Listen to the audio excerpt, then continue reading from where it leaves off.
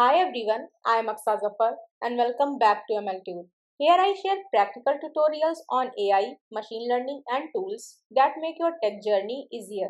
If you love learning step by step with real examples, make sure to subscribe and turn on the bell so you never miss a new video. Before we start writing automation, let's take a short refresher on YAML, the language that powers your workflows. It's simple once you get used to it, but small syntax mistakes can easily break your pipeline, so this foundation matters. YAML is the backbone of every GitHub Actions workflow file. Understanding its structure will help you modify, debug, and extend workflows confidently instead of copying examples blindly. It's not programming, it's configuration. But getting the indentation and structure right is what makes everything run smoothly. Every workflow you create is stored in a .yml or .yaml file. These files tell GitHub exactly what steps to run, when to run them, and under what conditions. Unlike JSON or JavaScript, YAML doesn't use curly braces or commas, just spaces. This makes it easy to read, but also easy to break if indentation is off. YAML is not just for GitHub, you will see it everywhere. In Docker Compose files, Kubernetes manifests, and many automation tools. So mastering YAML gives you a big advantage across DevOps workflows. Every line in YAML works on a simple key value format. You write a key, then a colon, and then the value. That's the basic building block of the entire file. Indentation defines a structure. Each level tells YAML what belongs under what. The more intended a line is, the deeper it sits in the hierarchy.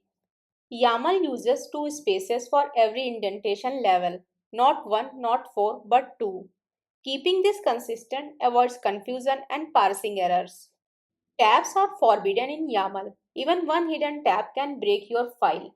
Always configure your editor to insert spaces instead of tabs. Whenever you see a dash at the start of a line, that's a list item. Lists are used to define multiple things under one section, like steps in a job. All items in a list must be aligned at the same indentation level. If even one item is out of place, GitHub Actions won't be able to read it properly. In workflows, lists are most commonly used for defining steps inside a job. Each dash represents a single action, like checking out code, installing dependencies, or running tests. If your text is simple, like a word or number, you can write it without quotes. But if it includes spaces, special characters, or symbols, wrap it in quotes to avoid parsing issues. Quotes help YAML treat the entire phrase as one value instead of breaking it into multiple parts. It's especially useful when defining environment variables or commands. YAML is flexible, it automatically understands types. You can write true or false, integers or strings, and it will interpret them correctly. Anything that starts with a hash symbol is a comment. Comments don't run, they are for your understanding or documentation. The GitHub runner skips over any comment line completely. You can add as many as you need without affecting your workflow. Use comments to separate sections in large YAML files. It makes your workflow readable for teammates and easier to revisit later. Tabs are one of the biggest YAML mistakes. Always use spaces. Your editor can automatically convert tabs to spaces to avoid this. Every section should align perfectly under its parent. One wrong indent can cause GitHub to throw an error saying mapping values are not allowed. Each key must be followed by a colon. Forgetting it turns the line into invalid syntax. Always check for that tiny colon before saving. Indentation defines structure. So if a step sits under the wrong job or job under wrong workflow, GitHub won't understand it.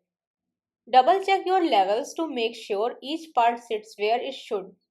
GitHub's workflow editor instantly flags indentation or syntax issues. It's a quick way to catch mistakes before pushing to your repository.